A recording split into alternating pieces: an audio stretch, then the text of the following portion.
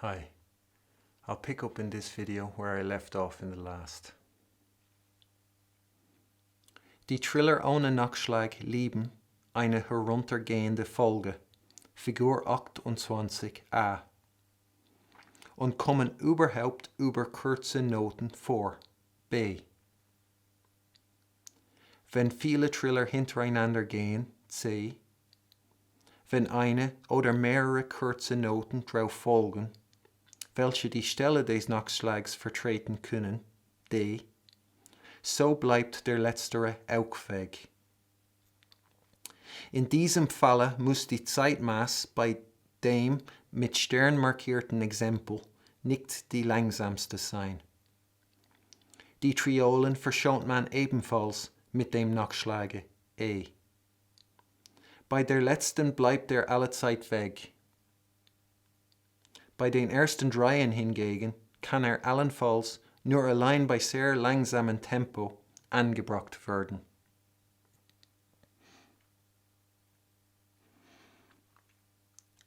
So, Bach says, trills without the Nachschlag love a descending continuation.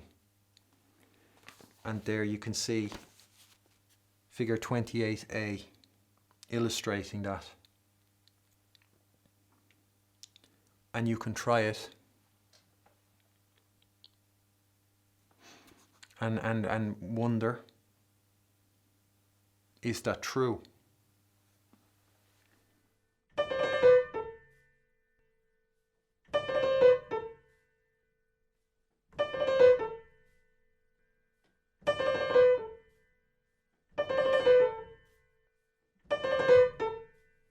And if you think of Mozart's K311 in D major, the trills in bar 7 and 9 in the opening, you can know that if you were getting a lesson on those trills from Bach, that he would say you can know that those trills do not have a Nachschlag, and as well that a trill indeed loves a descending continuation.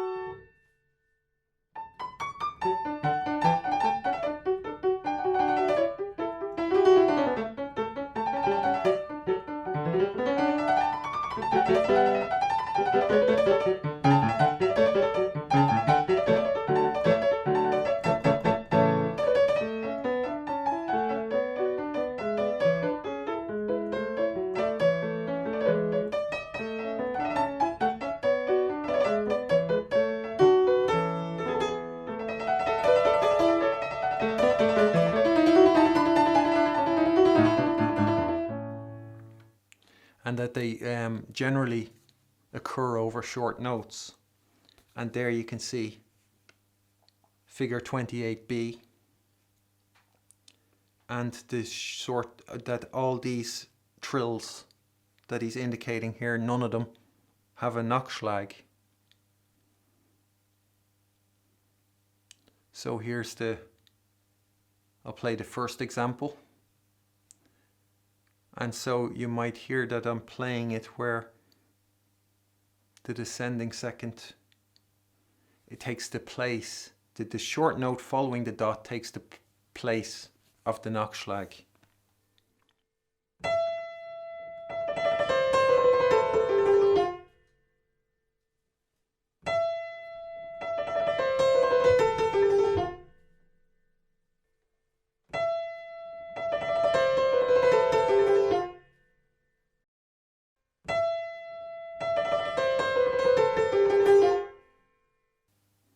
And here's the next example.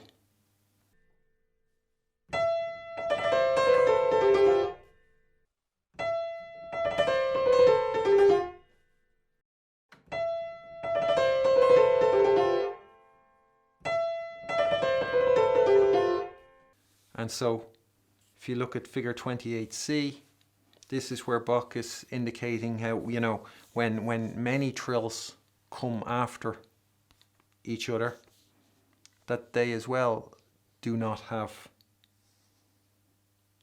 a Nachschlag.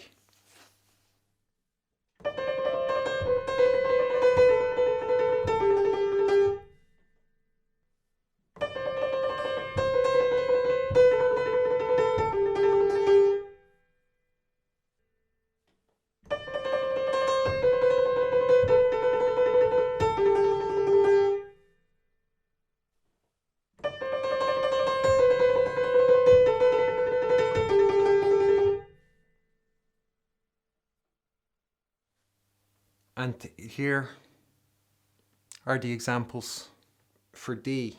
So Bach is saying when more short notes follow that could take the place of a Nachschlag, then the Nachschlag will stay away. And here they are, the different examples.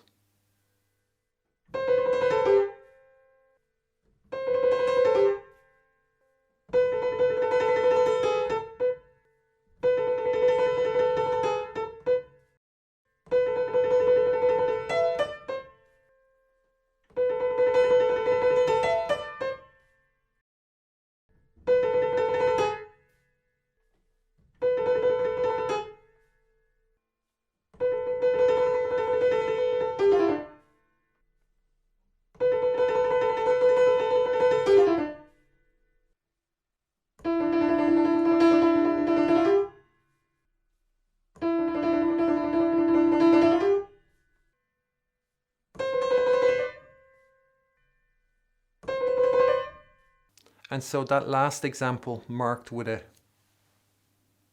star or an asterisk, you can see that that is the exact same figure. I mean, with different notes, but the same figure as the opening trill in K30. And so Bach says in this case, the tempo can't be the slowest. And so this is more of the, you know, lesson on that opening trill. And so given what I said, you know, about the length of the notes, of the 32nd notes, of the 16th notes compared to other pieces, and how slow those 16th notes are, you could wonder, is that note too long to, you know, to choose that version? Does that last too long? Because Bach is saying it can't be too long, that version. And why is he saying that for this example? And I would put this forward as evidence, because I would say, why does Bach say it can't, the tempo can't be the slowest for this example? Why? Because it doesn't sound good. Because when you think about it, the notes of that trill are C and B. And so what you have at the end of that is, instead of the trill ending on the principal note, on the B, it's ending, first of all, it's ending on the upper note, and you're just adding one extra note to that. So it's rather a kind of a lame ending. And when it's not the slowest, when it's a short note of which you do that, well then if you think of the functions of trills that Bach talks about, it just serves as a kind of a linking thing. It's not a feature in itself. So you know, like it's terms of sparkling and all that, it can serve that purpose, and it can serve as a you know, a link from one point to another. That goes by so fast that you don't mind that it's rather kind of empty at the end. Whereas if it's a longer trill, it's not that good. And that could be why Bach is saying that this shouldn't be the slowest. And I'll point out a certain inconsistency here with what Bach says, because in paragraph 13, he said by a completely slow tempo, if, for example, D denotes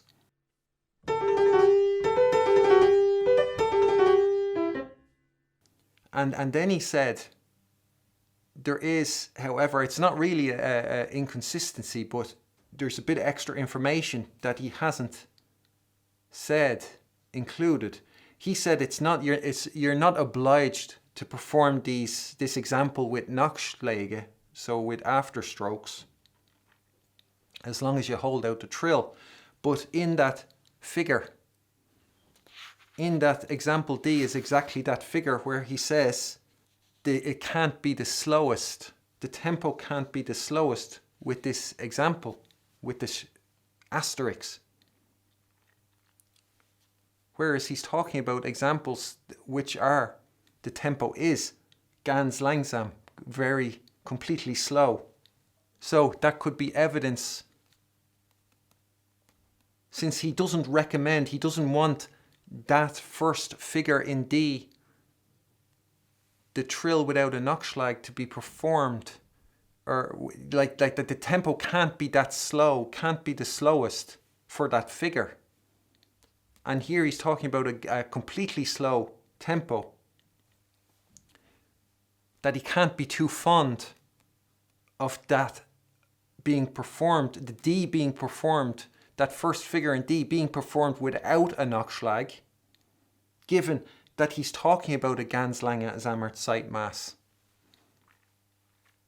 He can't be happy with that, because it goes against what he says, that it can't be the slowest, that figure, when there is no Nachschlag.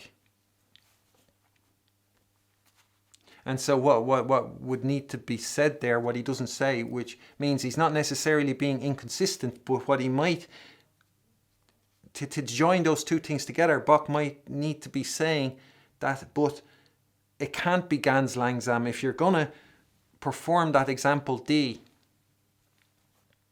that first one without a Nachschlag, it's not going to sound, it's not great if it's too long, if it's too, if the trill happens with a ganz langsamer Zeitmaß, which means that the note on which you trill is longer. It doesn't mean the trill is slower, because you'll remember Bach does not advocate the slow trill.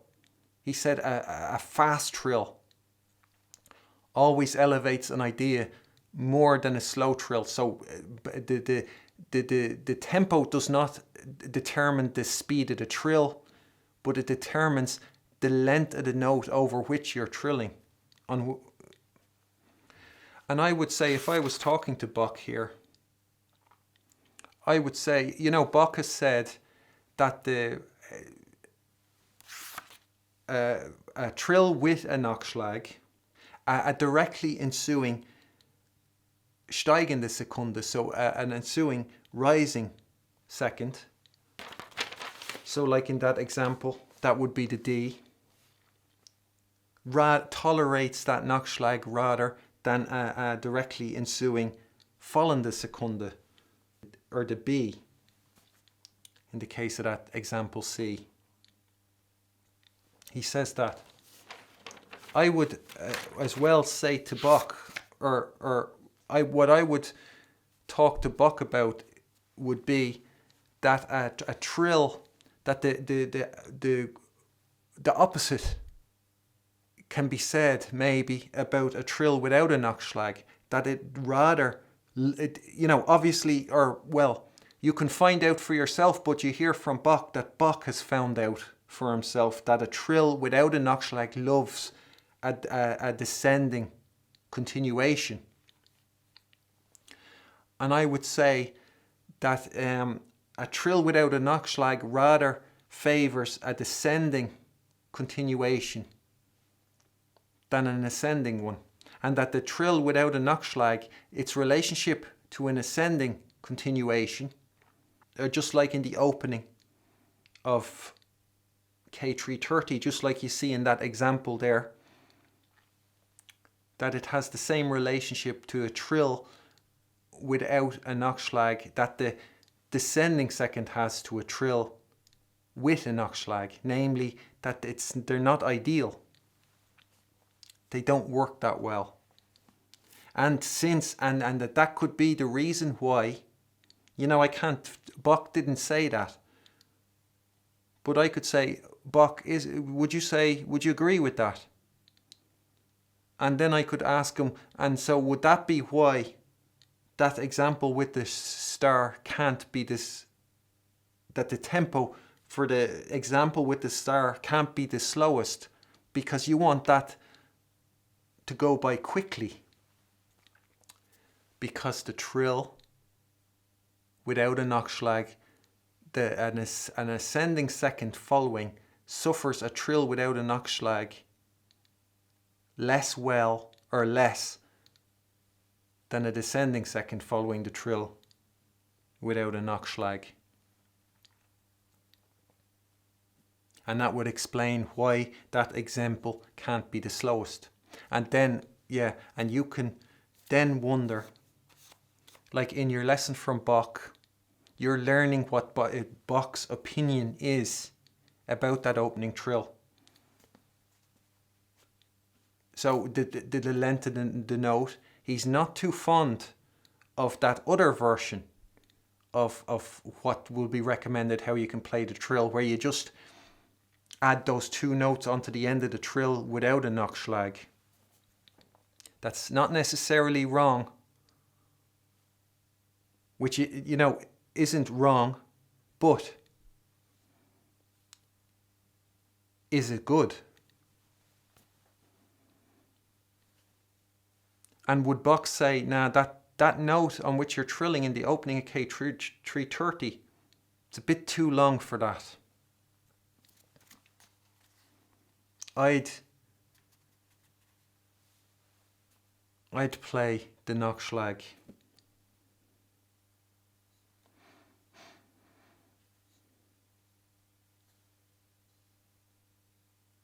So you're getting more information about that opening trill from Bach in your lesson.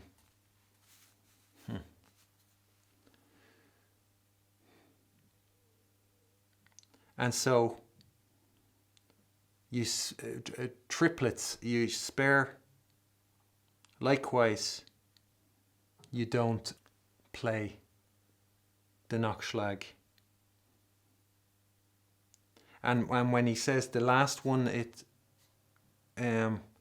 stays always away. So he's talking about that last triplet in that bar in figure 28E. He's talking about that last triplet. So in that last triplet, you don't have a Nachschlag. It's always never there.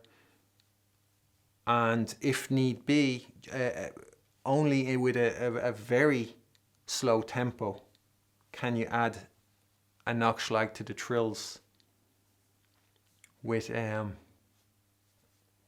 first three triplets. And so I'll play that figure now. And if you're trying that and you look at that third triplet figure, and you could definitely wonder if that is the weakest of all of them with respect to the trill without a Nachschlag, and that would rather prefer a trill with a Nachschlag. And then you could see, is there something to what I say about the trill without a Nachschlag, that a following ascending second does not suffer well a trill without a Nachschlag.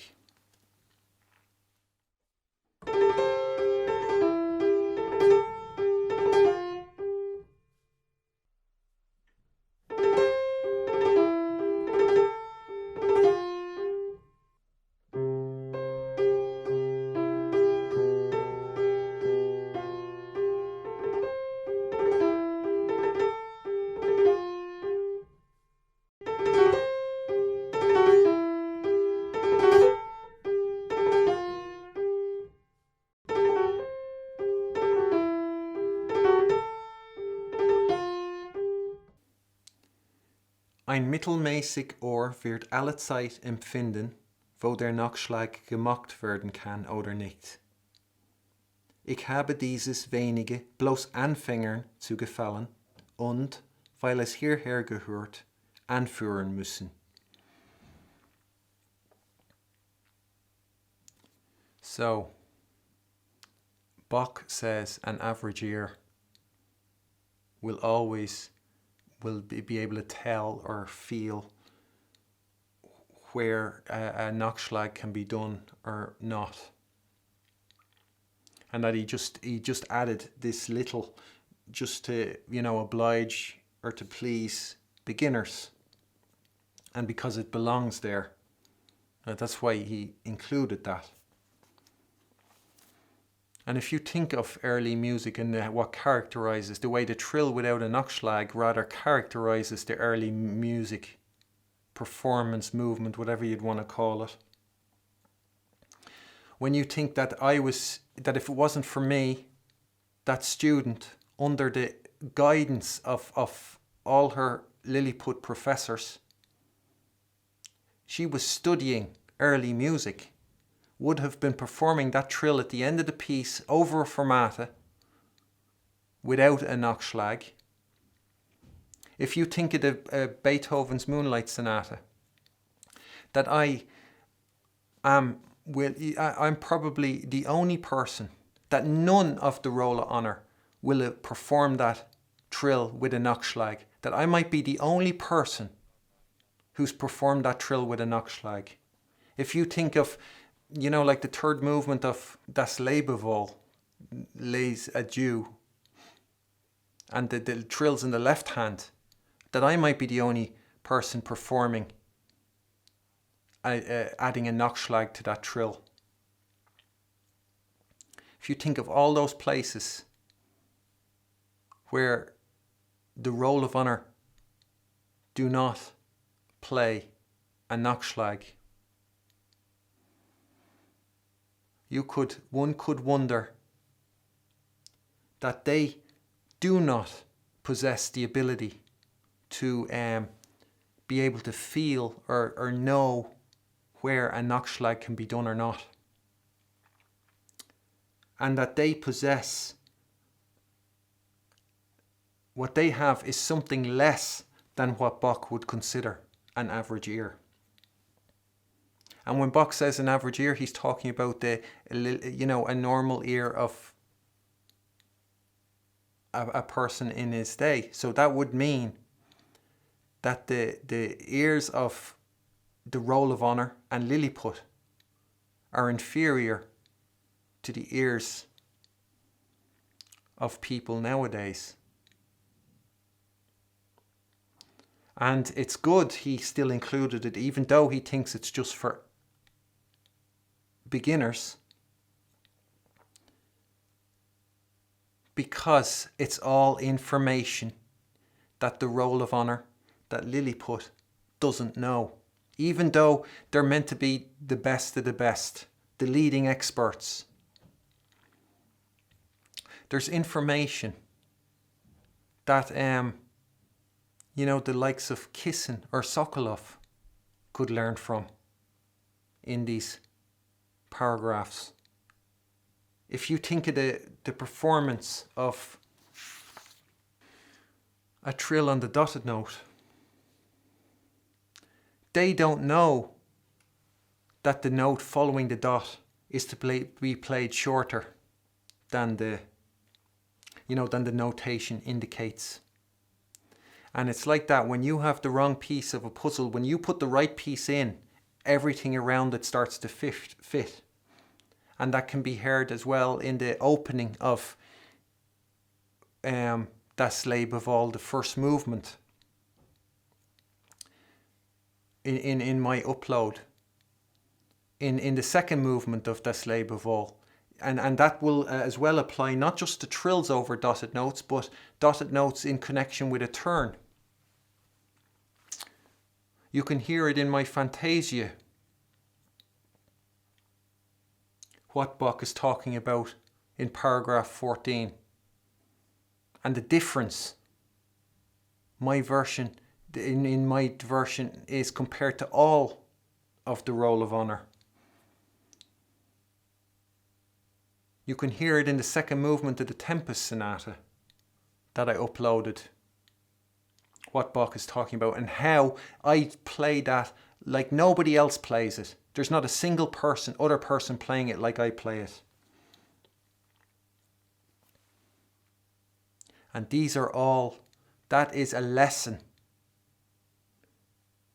that even at the level of Kissin or Sokolov, that they do not know it, they need to learn it. But they don't know it, but you do. You are ahead with that now. Aside from what you've learned about appoggiaturas, which puts you ahead of the leading experts on that subject, you have now something that the leading experts do not have.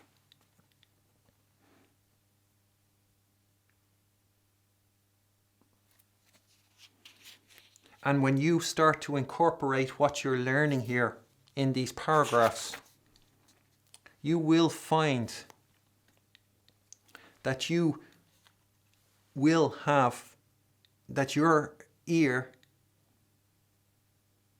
when they will become average, like what Bach understands as an average ear, your ear will become average, and your ear will be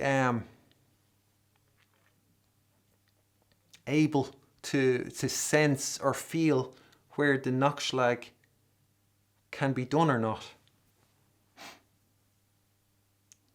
And so you'll be in that parade in the Emperor's New Clothes as well, spotting that the Emperor is not wearing any clothes at all. So you can see how deaf or blind Lilliput makes you, how deaf and blind the cage makes you. You can't tell. You just don't hear. You don't recognize what it is you're seeing or what it is you're not seeing. You hear early music and you think it's meant to sound like that, and you don't realize that's Lilliput's version of what they think early music should sound like. That's the Cage's version. That's mediocrity attacking genius. And it's only when you can see it through the eyes of the kid, do you see how ridiculous it all is and how it pulls it down, how it makes it much worse than it actually is. And how what they're showing you is their own mediocrity and not the mediocrity of the music they're playing. They have eradicated the genius of the music they're playing.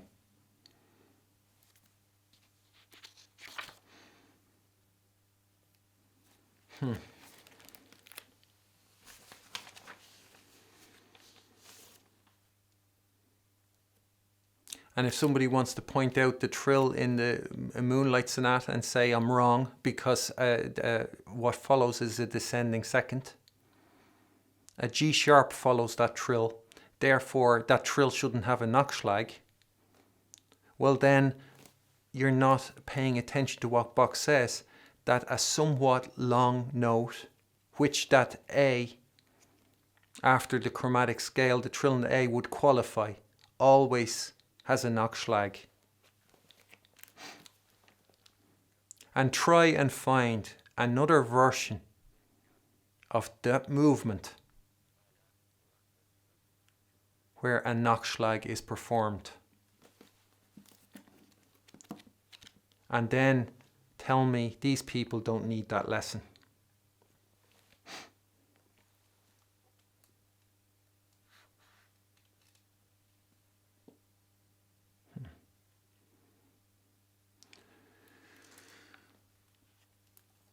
Yeah, so they're the paragraphs from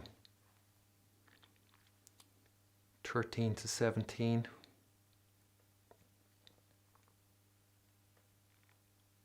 Oh yeah, and regarding the trill over a dotted note, and the note that follows always being performed shorter than the notation requires. There's something of significance. There's something else of significance in connection with that. Of great significance, I'd say. And I will talk about that then when the time comes. And that'll be when I'm looking at that in greater detail than when Bach talks about this. Talks about when, and you get an idea of exactly what Bach understands when he says that. There's something of great significance.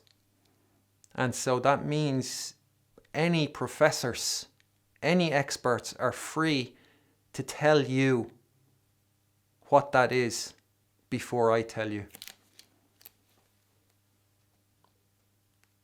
And they don't even need to agree with it. They can just already say what it is I'm going to say about it. They can use their expertise to know what it is I'll say about it that's of great significance. They can predict. So they're free to do that. There'll be plenty of time for them to do that. Yes, so I hope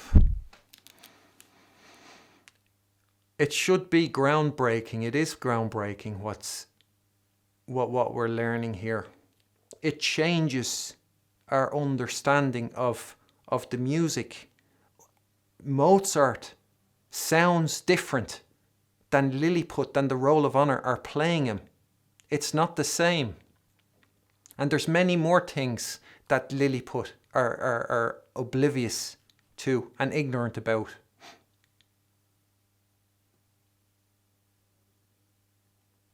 And, you know, Lilliput will look at my uploads, and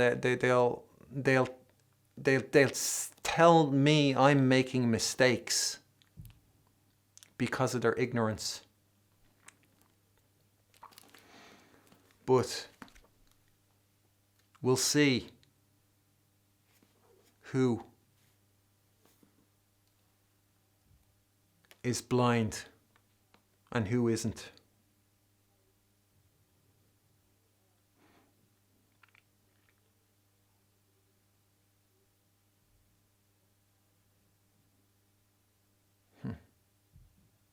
So they were the paragraphs from 13 to 17.